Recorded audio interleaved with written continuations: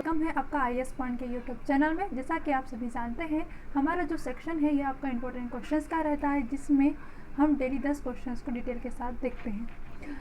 Question शुरू करने से पहले मैं आपको बता दूं कि अगर किसी भी क्वेश्चन में कोई भी डिफ़िकल्टी होती है तो आप हमें कमेंट सेक्शन में ज़रूर पूछें, ठीक है। इसके साथ साथ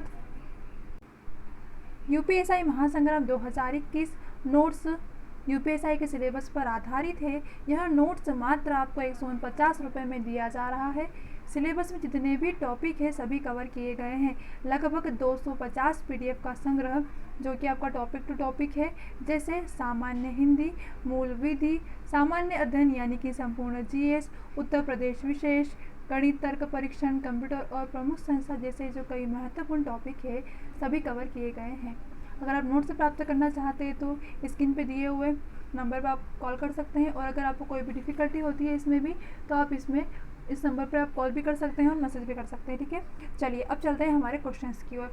क्वेश्चन में अगर किसी भी क्वेश्चन का आपको आंसर पता है तो आप हमें कमेंट सेक्शन में ज़रूर दें, ताकि हमें ही पता चले कि आप किस तरीके से पढ़ाई कर रहे हो, या आपको कोई डिफ़िकल्टी होती है हमें किस तरीके से पढ़ाना चाहिए, यह चीज़ें हमें समझ आए।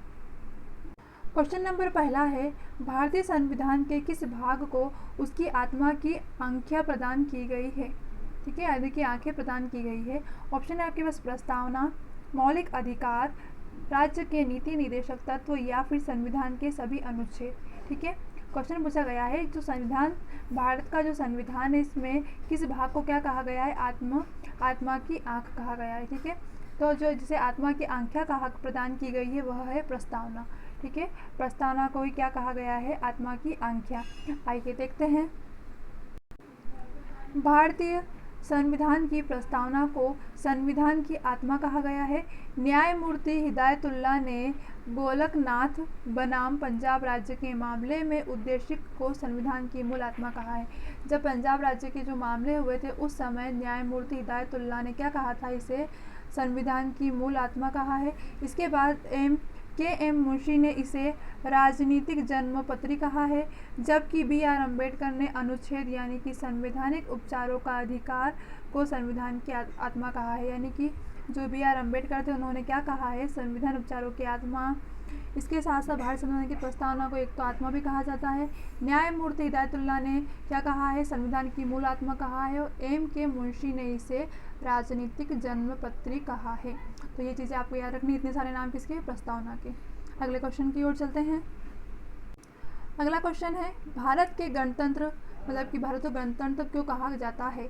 ऑप्शन है आपके पास, इसकी विधानमंडलों की अधिकतम संख्या जनता के द्वारा प्रत्यक्ष चुनी जाती है, यह राज्यों का एक संघ है, भारतीय नागरिक मूलभूत अधिकारों का उपयोग करती है, या फिर यहाँ राज्य का प्रमुख निर्धारित अवधि के लिए निर्वाचित होता है। क्वेश्चन में है कि भारत को गणतंत्र क्यों कहा जाता है, ठीक है। अब भारत को गणतंत्र इसलिए कहा जाता है क्योंकि यहाँ जो राज्य की प्रमुख निर्धारिता है यहाँ की अवधि के लिए निर्वाचित होता है, ठीक है, इसीलिए गणतंत्र कहा गया है। यानी कि राज्य की जो प्रमुख निर्धारित अवधि है उसी के लिए क्या होता है, निर्वाचित होता है। आइए देखते हैं। वही चीज़ें दी गई है कि भारत को गणतंत्र इसलिए कहा जाता है क्योंकि यहाँ राज्य का प्रमुख निर्धारित अवधि के लिए निर्वाचित होता है। अगले क्वेश्चन की ओर चलेंगे। अगला क्वेश्चन है, भारत एक है। ऑप्शन है धर्मनिरपेक्ष राष्ट्र, हिंदू राष्ट्र, हिंदू मुस्लिम राष्ट्र, या फिर इसमें से कोई नहीं, ठीक है।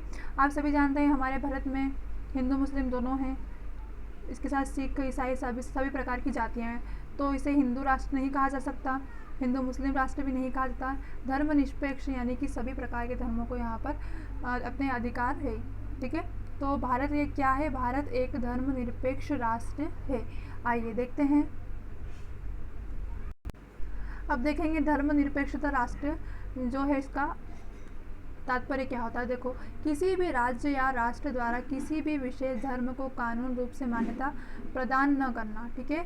यानी कि ऐसा नहीं कहा गया है कि यहाँ पर सिर्फ हिंदू ही राष्ट्र रहेंगे, यहाँ पर मुस्लिम रहेंगे, ऐसा नहीं किया गया, ठीक है। किसी धर्म को कोई कानून के रूप में मान्यता नहीं प्रदान की गई है, अर्थात उस राज्य अथवा उस राष्ट्र के सभी धर्मों के लिए लोग बिना किसी दबाव या भेदभाव के स्वतंत्र रूप से रह सकते हैं। यानी कि अपने अपने धर्म को मान सकते हैं, पूछ सकते हैं, इस तरीके का कहा गया है, ठीक है। भारत एक धर्मनिरपेक्ष राष्ट्र है। भारत में किसी भी एक धर्म को अपनी कानूनी मान्यता नहीं दी गई है। भारतीय संविधान की प्रस्तावना में भारत के को धर्मनिरपेक्ष राष्ट्र कहा गया है। इसके साथ साथ जबकि जो 42वां संशोधन अधिनियम है जो कब हुआ था 1976 के द्वारा संशोधित संविधान की प्रस्तावना इस प्रकार है, यानी कि भारत एक संपूर्ण स्वप्रभुत्व संपन्न, इसके बाद समाजवादी, धर्मनिरपेक्ष, लोकतंत्रात्मक गणराज्य है। यानी कि सीधी सी सिंपल सी बात है कि भारत ने क्या कहा है कि भारत एक धर्मनिरपेक्ष राज्य है, यानी कि यहाँ पे हर तरीके की जाति के लोग, हर जाति के वर्ग के लोग यहाँ पर अपने धर्म को मान सकते हैं, पूछ सकते हैं, इस तरीके का कहा गया है। यानी कि कोई एक भाषा निश्चित नहीं की गई है या एक कोई धर्म निश्चित नहीं किया गया है। अगला है धर्मनिरपेक्षता का अर्थ है। ऑप्शन है आपके पास राज्य सरकार सभी धर्म के खिलाफ, राज्य सरकार द्वारा एक धर्म को स्वीकार, राज्य सरकार द्वारा किसी धर्म को स्वीकार नहीं करना, या फिर डी इसमें से कोई नहीं। आप सभी जानते हैं इसका सही जवाब क्या होगा, ऑप्शन नंबर सी, यानी कि राज्य सरकार द्वारा किसी भी धर्म को स्वीकार नहीं करना। ठीक है, इसे क्या कहा गया है, धर्मनिरपेक्षता। आइए अगले क्वेश्चन की ओर चलते हैं। अगला है गणतंत्र होता है। ठीक है, ऑप्शन है आपके पास केवल एक लोकतांत्रिक राज्य, अध्यक्षीय पद्धति शासन वाला राज्य, संसदीय पद्धति शासन वाला राज्य, या फिर राज्य जहां पर अध्यक्ष वंशानुगत रूप से न हो। ठीक है, गणतंत्र। ठीक है, गणतंत्र का मतलब पूछा गया है कि, तो आपको बता दूं गणतंत्र यानी कि राज्य जहां पर अध्यक्ष वंशानुपात रूप से ना हो, उसे क्या कहा गया है, वहां पर मतलब गणतंत्र होता है। अब देखते हैं यह क्या है। अगला क्वेश्चन है निम्नलिखित में से दो शब्द कौन से हैं जिसका समावेश 42वें संशोधन द्वारा भारतीय संविधान की जो उद्देशिका है उसमें किया गया है। ऑप्शन है आपके पास धर्मनिरपेक्ष लोकतंत्र, इसके बाद प्रभुत्व संपन्न लोकतांत्रिक, समाजवादी धर्मनिरपेक्ष, या फिर धर्मनिरपेक्ष गणतंत्र।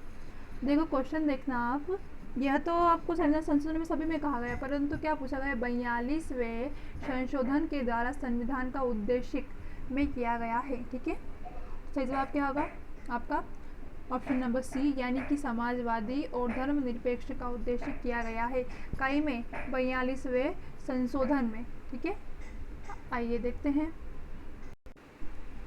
समाजवादी और धर्मनिरपेक्ष वे राज्य हैं जिनका समावेश 42वें संशोधन के द्वारा संविधान के उद्देशिक में किया गया है। 42वें संशोधन के अंतर्गत क्या कहा गया है, समाजवादी और धर्मनिरपेक्ष।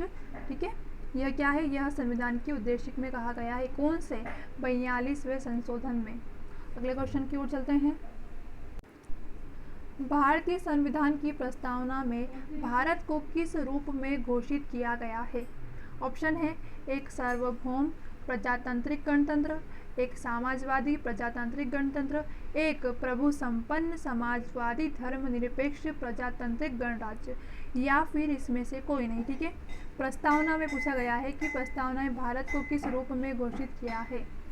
ठीक है, मैंने आपको शायद फर्स्ट या सेकंड क्वेश्चन में बताया था, आपको सीधे आपका ऑप्शन नंबर सी, यानी कि एक प्रभुत्व संपन्न, इसके साथ साथ समाजवादी धर्मनिरपेक्ष और प्रजातांत्रिक गणराज्य घोषित किया गया है इसे भारतीय संविधान की प्रस्तावना में। आइए देखते हैं, वही चीज़ें प्रश्न में दिए गए शब्द भारत संविधान की प्रस्तावना में वर्णित किए गए हैं। भारतीय राज्य व्यवस्था के समरूप का वर्णन करते हैं, काय का जो स्वरूप है इसका वर्णन करते हैं। इसमें से समाजवादी और धर्मनिरपेक्ष शब्द मूल संविधान में नहीं है। ठीक है, यानी कि जो समाजवादी है और धर्मनिरपेक्ष है यह मूल संविधान में निकाय में है, यह 42वें संशोधन में अलग से। ठीक है, मैंने आपको बताया था इन्हें 42वें संशोधन में जोड़ा गया है, ये चीज़ें यहाँ पे आ गई है। जोड़े जाने के पश्चात संविधान में इन शब्दों का तो निर्धारण क्रम मतलब कि इसके बाद क्या आता है, तो देखो सबसे पहले आएगा सार्वभौमिक सत्ता संपन्न समाजवादी, उसके बाद पंथ निरपेक्ष या फिर धर्मनिरपेक्ष, दोनों एक ही बात है। उसके बाद जनवादी गणतंत्र ध्यान रखने योग्य। इसके बाद यह तथ्य है कि संविधान के जो उल्लेखित शब्द है वह कौन कौन से हैं, उल्लेखित शब्द भी हो गए, एक तो संपूर्ण प्रभुत्व संपन्न, इसके बाद समाजवादी पंथ निरपेक्ष और लोकतांत्रिक गणराज्य, जैसा कि हमने अभी ऑप्शन में देखा था। अगला क्वेश्चन है निम्नलिखित में से कौन सा शब्द भारत के संविधान के उद्देश्य में नहीं है। ठीक है, नहीं है पूछा गया है, क्वेश्चन देखना। ऑप्शन है आपके पास समाजवादी, पंथ निरपेक्ष, प्रभुत्व संपन्न, या फिर लोक कल्याण। ठीक है, आपको बताना है इसका आंसर। आप सभी जानते हैं लोक कल्याण का नहीं दिया गया है। संविधान के उद्देश्य में इसका वर्णन है नहीं, बाकी समाजवादी, पंथ निरपेक्ष और प्रभुत्व संपन्न का क्या है उद्देश्य दिया गया है, परंतु लोक कल्याण का नहीं दिया गया। तो आपको सही जवाब क्या था ऑप्शन नंबर डी, यानी कि लोक कल्याण। आइए देखते हैं। लोक कल्याण भारत के संविधान की उद्देशिक नहीं है। भारत का संविधान की उद्देशिका में नागरिकों को विचार, अभिव्यक्ति, विश्वास, धर्म और उपासना की स्वतंत्रता प्रदान करने के अतिरिक्त सामाजिक, आर्थिक और राजनीतिक न्याय को सुनिश्चित करने का प्रावधान दिया गया है। यानी कि संविधान में नागरिकों का विचार भी सुने जाएंगे, अभिव्यक्ति भी है, विश्वास, धर्म का अपने धर्म को मानना, इस तरीके से स्वतंत्रता दी गई है। इसके साथ साथ क्या किया है, इसके साथ साथ सामाजिक, आर्थिक और राजनीतिक न्याय को भी सुनिश्चित करने का प्रावधान किया गया है। उल्लेखनीय है कि संविधान का जो उद्देश्य तथा प्रस्तावना, उद्देश्य या प्रस्तावना, ठीक है, का आधार पंडित जवाहरलाल नेहरू के द्वारा प्रस्तुत उद्देशिक प्रस्ताव है। किसके द्वारा है यह, तो पंडित जवाहरलाल नेहरू के द्वारा प्रस्तुत, ठीक है।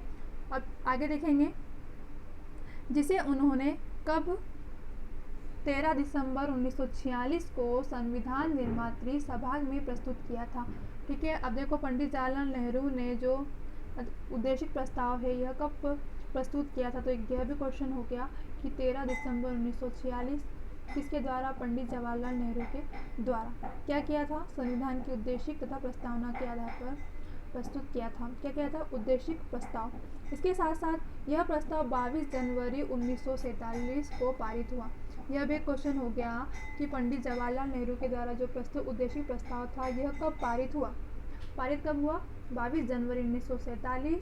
और प्रस्ताव कब दिया था उन्होंने, प्रस्तुत कब किया था, तो प्रस्तुत किया था 13 दिसंबर 1946 में। यह दो चीज़ें हो गई है। अगले क्वेश्चन की ओर चलते हैं। अगला क्वेश्चन है, कल्याणकारी राज्य का उद्देश्य है। ऑप्शन है आपके पास, अधिकतम संख्या का अधिकतम कल्याण सुनिश्चित करना, कमजोर वर्ग के कल्याण को प्रबंध करना, सभी नागरिकों को स्वस्थ सुविधाएं प्रदान करना, या फिर उपरोक्त में से कोई नहीं। कल्याणकारी राज्य का उद्देश्य पूछा गया है, ठीक है। तो आपका सही जवाब क्या होगा, ऑप्शन नंबर बी, यानी कि कमजोर वर्गों को कल्याण का प्रबंधन करना। देखो कल्याणकारी यानी किसी का कल्याण करना, तो सिंपल है, कमजोर वर्ग के जो कल्याण है उनका प्रबंधन करना, यानी कि उनकी मदद करना। इस तरीके का कार्य क्या है, कल्याणकारी राज्य का उद्देश्य कहलाता है। आइए देखते हैं। राज्य के नीति निर्देशक तत्वों का उद्देश्य कल्याणकारी राज्य की स्थापना करना है। नवंबर 1942 में, कब, नवंबर 1942 में वेब्रिज रिपोर्ट के द्वारा ब्रिटेन में कल्याणकारी राज्य के स्वरूप को स्पष्ट किया है।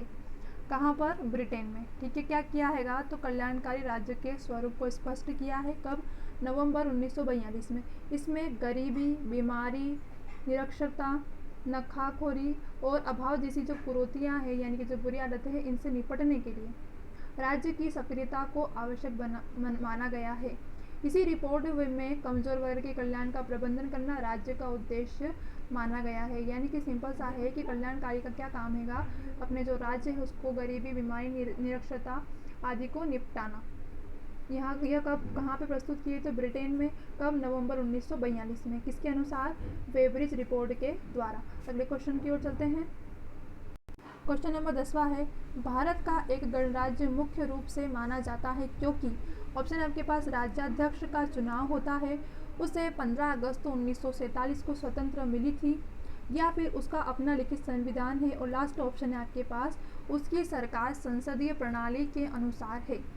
प्रश्न देखो कि भारत एक गणराज्य मुख्य रूप से माना जाता है, क्यों माना जाता है, ऐसा पूछा गया है। तो क्यों माना जाता है, क्योंकि राज्याध्यक्ष का चुनाव होता है। मोस्ट इम्पोर्टेंट क्वेश्चन है कि गणराज्य मुख्य रूप से भारत को एक गणराज्य क्यों माना गया है, क्यों माना गया है, क्योंकि यहाँ पर जो राज्याध्यक्ष है इनका चुनाव होता है, इसीलिए इसे गणराज्य मुख्य रूप से माना गया है। किसे, भारत को। आइए देखते हैं। वही चीज़ है, भारत में गणराज्य मुख्य रूप से इसलिए माना गया है क्योंकि यहाँ पर क्या हैगा, राज्याध्यक्ष के चुनाव होते हैं। अगले क्वेश्चन की ओर चलते हैं। क्वेश्चन नंबर 11वां है, संविधान की प्रस्तावना में प्रयुक्त शब्द सेल्यूलर का अर्थ है, काय का, सेक्युलर हैगा। इसका अर्थ क्या पूछा गया, ठीक है, कि जो प्रस्तावना है उसमें एक शब्द दिया गया है जिसका क्या नाम हैगा, सेक्युलर। इसका अर्थ पूछा गया है। ऑप्शन है आपके पास, सभी नागरिकों को धर्म एवं उपासक की स्वतंत्रता, एकेश्वरवाद या बहुदेव वाद, इसके बाद सभी धर्मों की अस्वीकृति। ठीक है, तो मैं आपको बता दूं कि सेक्युलर का जो अर्थ है वह है आपका ऑप्शन नंबर ए, यानी कि सभी नागरिकों को धर्म एवं उपासक की स्वतंत्रता, यानी कि कोई किसी भी धर्म का हो, किसी भी जाति का हो, उसको अपने धर्म को बिल्कुल मानने की मान्यता है, पूजने की बिल्कुल मान्यता है। मंदिर जा सकता है, वो मस्जिद जा सकता है, गुरुद्वारे जा सकता है, इस तरीके से कोई रोक टोक नहीं होगी। आइए देखते हैं। संविधान की प्रस्तावना में प्रयुक्त सेक्युलर का अर्थ है सभी नागरिकों को धर्म उपासक की स्वतंत्रता। भारतीय संविधान द्वारा भारत में पंथ निरपेक्ष, यानी कि इसका मतलब क्या था, धर्मनिरपेक्ष, मैंने आपको बताया था, यह घोषित किया गया है। पंथ निरपेक्षता और धर्मनिरपेक्षता देश में अंतर है। कई लोग मानते हैं कि सेकुलर शब्द का अर्थ धर्मनिरपेक्ष है, लेकिन उसका अर्थ पंथ निरपेक्ष होता है और कानून कार्यवाही सभी धर्मों में लोगों पर समान रूप से क्या है, होगी। वही चीज़ें धर्मनिरपेक्ष और पंथ निरपेक्ष एक ही चीज़ होती है, पर अधिकतर लोग क्या मानते हैं इसे कि धर्मनिरपेक्ष क्या है, सेक्युलर, परंतु ऐसे बुकों में दिया गया है पंथ निरपेक्ष को कहा गया है, परंतु नॉर्मल बात है, दोनों एक ही चीज़ है, जैसे कि हमने आगे पढ़ा था। अगला क्वेश्चन है समाजवाद का अर्थ है। ऑप्शन आपके पास सामाजिक नियंत्रण, राष्ट्रीयकरण, सामाजिक न्याय या फिर सामाजिक स्पर्धा। ठीक है, समाजवाद का अर्थ है, तो देखो समाजवाद का अर्थ क्या होगा, सामाजिक न्याय, यानी कि आपका सही जवाब होगा ऑप्शन नंबर सी, समाजवाद का अर्थ है सामाजिक न्याय। अब देखते हैं यह क्या है। समाजवाद अंग्रेजी भाषा के सोशलिज्म शब्द का हिंदी पर्यायवाची शब्द है। मैंने 2-3 क्वेश्चन इसलिए एक्स्ट्रा किए हैं क्योंकि ये क्वेश्चन इंपॉर्टेंट थे, तो मैंने सोचा कि एक साथ ही इन्हें ऐड कर देती हूँ। तो आपको ये जो नए नए नाम दिख रहे हैं यह भी आपको याद रखने हैं, या जैसे कि समाजवाद अंग्रेजी भाषा के सोशलिज्म शब्द का हिंदी पर्यायवाची हो गया। अब देखो सोशलिज्म शब्द की व्युत्पत्ति कहीं से हुई, तो सोशियस शब्द से हुई है, जिसका अर्थ क्या होता है, समाज। आप सभी जानते हैं सोशियस यानी कि समाज। इस तरीके से इस प्रकार के समाजवाद का संबंध समाज और उसके सुधार से संबंधित है, जिसे क्या कहा जाता है, जिसे ही समाजवाद कहा जाता है, यानी कि समाज और उसके सुधार को क्या कहा गया है, समाजवाद। ठीक है, चलिए आज की क्लास हमारी यहीं पर ख़त्म होती है। अगर किसी भी क्वेश्चन में कोई भी डिफ़िकल्टी आई हो तो वो आप हमसे कमेंट सेक्शन में ज़रूर पूछें। इसके साथ साथ आपको हमारा क्लास कैसा लगा है यह भी आप कमेंट सेक्शन में ज़रूर बताएंगे। चलिए मिलते हैं हमारी अगली क्लास में, तब तक के लिए आप सभी को बेस्ट ऑफ लक।